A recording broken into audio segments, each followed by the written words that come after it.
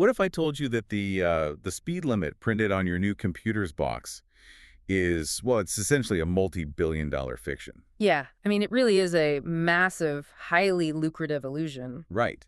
Because for decades, the biggest tech companies on Earth have been locked in this like high-stakes arms race to basically win at performance tests. Oh, absolutely. And behind the scenes, they are engineering deceptive hardware, they're rigging the very structure of the tests, and sometimes completely ignoring the laws of physics just to look good on a spreadsheet. It's crazy. So, welcome to today's deep dive. We are exploring a really fascinating compilation of research today, anchored by the Wikipedia archives on benchmark, specifically in computing. And our mission today isn't just to throw heavy technical definitions at you. No, definitely not. Yeah. We're going to rip the lid off this whole world of hardware marketing.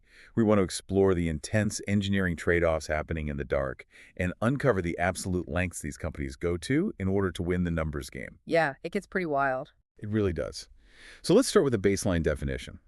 A benchmark is, fundamentally, the act of running a specific computer program or a set of operations to assess the relative performance of an object. Right. You basically run a standard trial against a machine to see how it does. Okay, let's unpack this. Because on the surface, I mean, that just sounds like basic quality control, right? Sure, it sounds perfectly reasonable. But why go through the trouble of designing these massive, elaborate obstacle courses? Like, why can't we just look at the raw physical specifications of the microchip? Well, because raw physical specifications can be incredibly misleading. I mean, historically, relying on those specs created a fundamental flaw in how computers were actually sold. Right. It led to something called the megahertz myth. The megahertz myth. Okay, so this is about clock speed, right? Precisely. In the late 90s and early 2000s, computer architecture was, evolving rapidly. But marketers were still selling machines based almost purely on clock frequency. Like megahertz and gigahertz. Exactly. And the classic example from the source is the Intel Pentium 4 processor. It generally operated at a dramatically higher clock frequency than its competitors at the time, like the Athlon XP or the PowerPC chips. So to a buyer standing in a store, Yeah. looking at the boxes, the Pentium 4 had the biggest number on the placard. It must be the fastest. Right, but a faster clock speed does not necessarily translate to more computational power. Wait, really? Why not? Because it all depends on how much actual work the processor gets done during each one of those individual clock cycles. Oh, I see. Think of a clock cycle like a worker hitting an anvil with a hammer.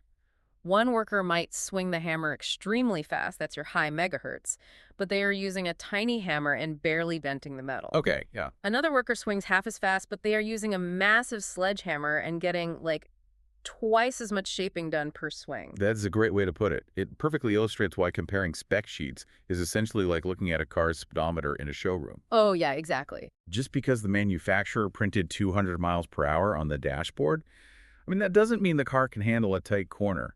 And it certainly doesn't mean it can haul a heavy trailer up a mountain. No, not at all. You can't just trust the dashboard.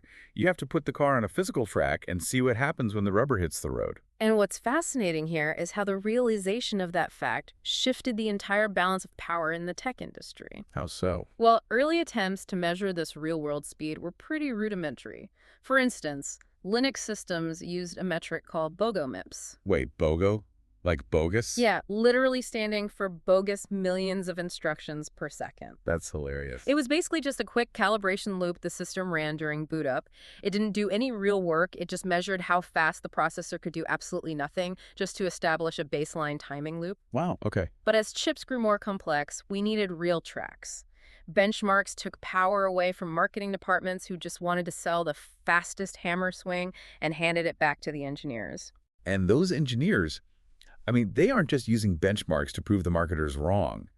They use them to actually invent the future. Oh, absolutely. There's a section in our research about how processor architects use benchmarks internally before a chip even exists physically, which blew my mind. Yeah, this is one of the most critical applications. I mean, building a new microchip costs billions of dollars. You can't just manufacture one and hope it's fast. Right, that would be an expensive mistake. Exactly. So engineers take a benchmark, which is just a program that perfectly extracts the most intense performance-sensitive algorithms of a piece of software. Okay. And then They run that tiny snippet of code on what is called a cycle-accurate simulator. Wait. So they're running a simulation of a computer inside another computer? Essentially, yes. Huh. It is a highly complex virtual sandbox that perfectly mimics the behavior of the unbuilt silicon, down to the exact nanosecond of every single clock cycle. That is insane. It's incredible. It allows engineers to see exactly where the bottlenecks are, giving them precise clues on how to physically rearrange the microscopic pathways of the chip to improve performance, long before anyone fires up a silicon forge. Okay, so if we agree that we have to put the car on the track to see what it can actually do, we need to look at the tracks themselves. Right, the benchmarks. Because engineers have designed a massive arsenal of different tests, and they are definitely not all created equal. Broadly speaking, there are application benchmarks and synthetic benchmarks. Yeah, application benchmarks are the most straightforward. You just take real-world programs and time how long a system takes to execute them. Like what kind of programs? Well, you might measure how fast a machine can compile the millions of lines of code required to build the Chromium web browser from scratch. Okay, yeah. Or, more commonly for regular consumers, you just run high-end, graphically demanding video games and measure the frame rate. That makes intuitive sense because it represents exactly what the user is actually going to do with the machine. But then we have synthetic benchmarks, like the classic whetstone or drystone tests. And the way these are built seems, I don't know, almost entirely disconnected from reality. It does seem that way at first glance. Because programmers do a statistical analysis of the types of operations used across dozens of different applications. They figure out the mathematical proportions, say 20% addition, 10% moving memory around, 5% complex logic, and then they write a completely artificial Frankenstein program based on those exact proportions. Right. Why would anyone bother using a mathematical mimic if they could just run the real thing? I mean, isn't a synthetic benchmark a step backward? It looks that way on the surface, sure, but the driving force here is isolation. Isolation. Yeah. Think about a massive real-world application like running a heavy video editor. That software relies on the CPU, the system memory, the storage drive, the graphics card, all of it simultaneously. All right, there's a lot going on. So if you are an engineer trying to test the exact latency of a brand new experimental hard disk, a real-world application is a nightmare. The waters are too muddy. Oh, I see. If the video editor stutters, you have no idea if your new hard disk caused it, or if the system memory got overloaded, or if the video editor just has terribly written code. So the synthetic test is basically a sterilized laboratory environment. Exactly. You strip away all the other variables. This is also why we rely so heavily on micro benchmarks. Right. These are tiny, hyper-specific pieces of code designed to stress test one single hardware component in a complete vacuum. So just one piece at a time. Right. If you want to test a network switch, you don't load up a web page. You blast it with a synthetic microbenchmark that sends specific raw packets of data just to see at what exact millisecond the switch drops a packet. That level of isolation explains some of the wild acronyms we see in this space, like LINPACK. Oh, LINPACK, yes. It's an open source standard historically used to measure FLOPS. And let's actually pause on FLOPS for a second because it's thrown around a lot with supercomputers. What is a FLOPCAC mechanically? So FLOPS stands for floating point operations per second. Mechanically, it's a measure of the computer's ability to handle extremely complex numbers. Like decimals. Specifically, numbers with decimal points that can float or move around to represent very large or very small quantities. Okay, got it. Basic arithmetic, like adding 2 plus 2, is an integer operation. It's easy for a computer.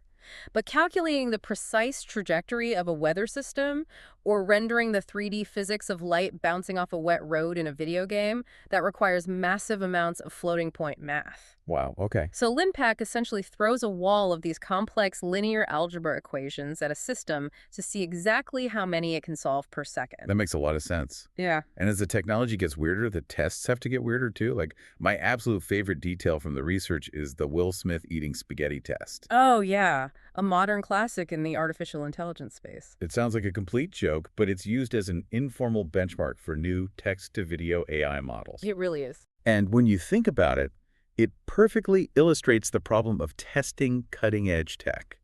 How do you grade an AI's imagination? Right, you can't just ask it to solve a math problem. Exactly. You have to ask it to render something completely unnatural and bizarre, like Will Smith aggressively eating spaghetti, to see if the AI understands the physics of noodles, the mechanics of human anatomy, and object permanence, Or if it just hallucinates a nightmarish, morphing blob of pasta. which we've all seen, and it is terrifying. It really is a great example of how benchmarks have to evolve to meet the technology. But, there is a very dark side to this evolution. Yeah, there is. Because the moment you establish a track, the competitors don't just figure out how to drive perfectly on that track, they figure out how to cheat. Yes. Here's where it gets really interesting.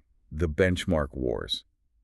Because once a specific test becomes the industry standard, millions of dollars in sales hinge on winning it. Tens of millions, easily. We saw this heavily in the 1980s and 1990s with the massive relational database makers. They would plaster benchmark scores all over their marketing, but the numbers were effectively rigged. They were meticulously manipulated. Yeah. And it's a fully documented tactic. Vendors actively tune their systems to ace specific standard tests, entirely ignoring how the machine will function in the real world. Right. Take a historically prominent test like Norton's Sysinfo. It was heavily biased toward measuring the speed of multiple concurrent operations. Wait, how does the machine actually memorize a test? Like, if I take a standardized test, I can memorize the answers. How does a microchip do it? It often happens at the compiler level. The compiler. Yeah, the compiler is the translator that turns human-written software code into the binary language the hardware actually understands. Okay. Hardware vendors would literally write specific hidden rules into their compilers.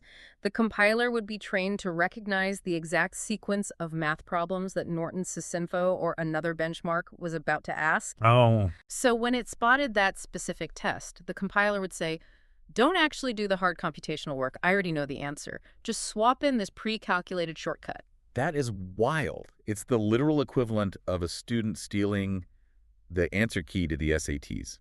That's exactly what it is. They get a perfect score, but they haven't actually learned any math. So when they graduate and go to do the actual job, they are completely useless. Exactly. And this raises an important question about the foundation of trust in tech marketing. If a vendor is willing to write bypass code just to inflate a marketing metric, what else are they cutting corners on? Seriously. And it isn't just silicon tweaks either. They also manipulate the financial metrics. This brings us to the infamous benchmark special. Right, because enterprise buyers aren't just looking at speed, they're looking at total cost of ownership, or PCO. They want the best performance for the lowest price. Exactly. So to win the TCO metric on a benchmark, vendors design a benchmark special. Which is what exactly? This is a highly specific mutant hardware configuration that has an artificially low price tag.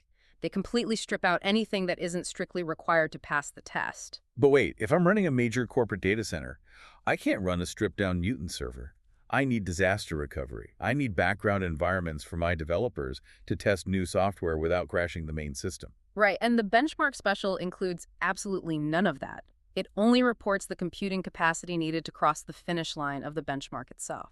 So it's completely unrealistic. Entirely. If a real business bought that exact configuration and then tried to add in the vital safety nets, the backups, and the background tasks, the actual cost of the system would skyrocket. The benchmark TCO is a complete fantasy.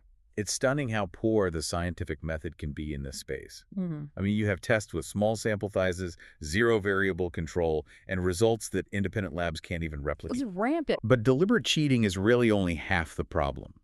Even the honest benchmarks suffer from massive blind spots. There are real-world realities that standard tests just fail to capture. Let's look at the first major blind spot from the source, the 100% cliff. Ah, yes, this is a classic trap. When vendors publish server benchmarks, they usually run the tests at a continuous usage of about 80%. Which feels like a heavy load. I mean, if my car runs great at 80% of its maximum RPMs for hours, I'm pretty happy. It is a heavy load, sure, but it is a perfectly controlled, steady state. Right. The real world doesn't operate in a steady state. It operates in sudden, chaotic spikes. And the mechanical reality is that many server architectures degrade catastrophically when demand spikes from 80% to 100%. They essentially fall off a cliff. But why does the cliff happen mechanically? Like, why doesn't it just run 20% slower? Because it runs out of its fastest resources. At 80%, the processor is comfortably juggling data in its ultra-fast short-term memory, so the cache and the RAM. Okay, that makes sense. But at 100%, that fast memory fills up entirely. Suddenly, the system has to start dumping active data down into the storage drive, which is exponentially slower. It creates a massive system-wide traffic jam. Yeah. So a benchmark running at a steady 80% will completely fail to document the catastrophic lockup that happens when a surge of real traffic hits. You know, you don't have to be a server administrator to understand this. Anyone with a smartphone knows this pain perfectly. Oh, definitely. You don't care about the mathematically average speed of your phone over a 30-day period. You care that the device completely locked up and froze for 15 seconds right when you were at the front of the airport security line trying to pull up your boarding pass. That perfectly captures the disconnect between IT perception and user perception. Right.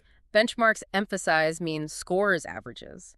They like to report that the system responds in 50 milliseconds on average. But users don't feel averages. They feel anomalies. We only notice when it breaks. Exactly. Users want predictability. They want a low standard deviation, meaning the speed is incredibly consistent. A system that is lightning fast 99% of the time but completely freezes for a full minute 1% of the time, well, it might yield a fantastic average benchmark score, but it provides an absolutely miserable user experience. And there's another massive blind spot that seems so obvious once you really think about it. Yeah. The electricity bill. The physical facilities burden. Yes. Benchmarks are generally obsessed with the speed of computation, but they operate as if the laws of physics just don't exist. Faster switching in semiconductors almost universally requires pulling more electrical power. Right, and more power brings an immediate cascade of real-world consequences. I mean, if you were buying laptops for a fleet of traveling salespeople, a chip that aces a speed benchmark but drains the battery in 2 hours is basically useless. Completely useless. And on the enterprise scale, if you were building a data center, consuming more power means generating massive amounts of heat. Oh, wow, yeah. A server rack might benchmark as the fastest in the world, but if it physically melts the cables because your building's cooling system cannot handle the thermal output, that speed is totally irrelevant. By ignoring performance per watt, space, and cooling, benchmarks ignore the physical reality of the hardware. It's crazy how much gets left out. And there's one more major blind spot we need to touch on. The batch problem. Right. Most modern benchmarks focus on interactive speed, like how fast the system responds to a single user clicking a button. But the backbone of global commerce doesn't run on single clicks. It runs on massive, concurrent batch processing. Think about a massive telecommunications company doing its end-of-month billing. They aren't worried about millisecond response times for one customer. They have to accurately crunch 50 million account records before a strict 6:30 a.m. deadline. Exactly. It is all about the absolute predictability of completing high-volume, long-running tasks concurrently. Standard benchmarks struggle immensely to measure this. Because it's too complex to simulate easily. Partially, yes. And if we connect this to the bigger picture, the entire paradigm of how we test is fundamentally outdated. Today, data centers rely heavily on virtualization and grid computing. Right, slicing up the servers. Yes, they take a massive physical server and slice it into dozens of virtual servers, running completely different application tiers simultaneously. Measuring how fast one isolated application runs on one isolated server tells you almost nothing about how a modern consolidated data center will actually perform. So we have a landscape filled with rigged compilers, benchmark specials that lie about price, systems that fall off 100% cliffs, and tests that completely ignore the fact that computers run on actual electricity. How does the industry bring any order to this chaos? Mostly by relying on independent watchdog organizations. You can think of groups like SPEC, the Standard Performance Evaluation Corporation, and the TPC, the Transaction Processing Performance Council, as basically the tech world's health inspectors. Health inspectors, I like that. Yeah, they enforce strict rules, these 7 vital benchmarking principles like relevance, equity, repeatability to keep the tracks fair. But instead of just a dry list of textbook rules, what do these health inspectors actually demand from hardware makers in practice? Well, they demand transparency and real-world stakes. For instance, the test has to be repeatable by an independent third-party lab. You can't just publish numbers from your own secret testing facility. Right. No grading your own homework. Exactly. The tests have to be relatively affordable to run so smaller companies can actually compete. And the track cannot be secretly built to favor one specific brand's silicon architecture. That makes sense. Furthermore, organizations like the TPC combat the cheating we saw in the database wars by forcing companies to run ACID tests. Okay, let's clarify that, because they aren't pouring battery acid on the servers. What is an ACD test mechanically? No, definitely not battery acid. ACD stands for atomicity, consistency, isolation, durability. It is a strict set of mechanical rules guaranteeing that data is safely handled even during a total system failure. Oh, okay, like what kind of failure? Well, it ensures that if a database crashes halfway through processing a $10,000 bank transfer, the money doesn't just vanish into thin air and it doesn't accidentally get deposited twice. Got it. It forces the system to do the heavy, secure lifting that a real bank would require, making it impossible to use a stripped-down benchmark special to just win the test. Okay, but even with these health inspectors enforcing the rules, the research delivers one ultimate, undeniable truth about this entire industry.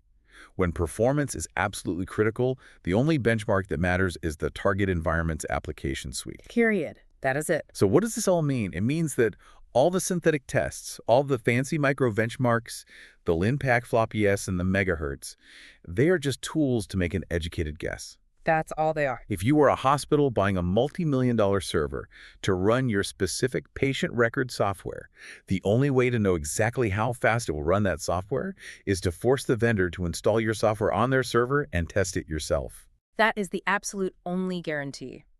Knowledge is only valuable when you apply it with critical thinking. You must look past the wall of numbers on the spec sheet and ask the fundamental question: does this metric actually represent the specific mechanical workload I need this machine to do? Right. If it doesn't align with your reality, the number is completely irrelevant. It's a massive shift in how you evaluate technology. Well, thank you for taking this journey with us today. We've gone from the early days of the megahertz myth, unpacked the mechanics of the Will Smith spaghetti test, and exposed the compiler-rigging dark arts of the benchmark wars. It's been quite a ride. It has. Hopefully the next time you are staring at a massive wall of tech specs, you'll know exactly what questions to ask. It really is a relentlessly fascinating ecosystem. And, before we wrap up, there was one final concept from the research that points to where this is all heading. Oh. It's called continuous benchmarking. In modern software engineering, benchmarking isn't just a test you run once before a product launches anymore. It is being woven directly into the daily build pipelines.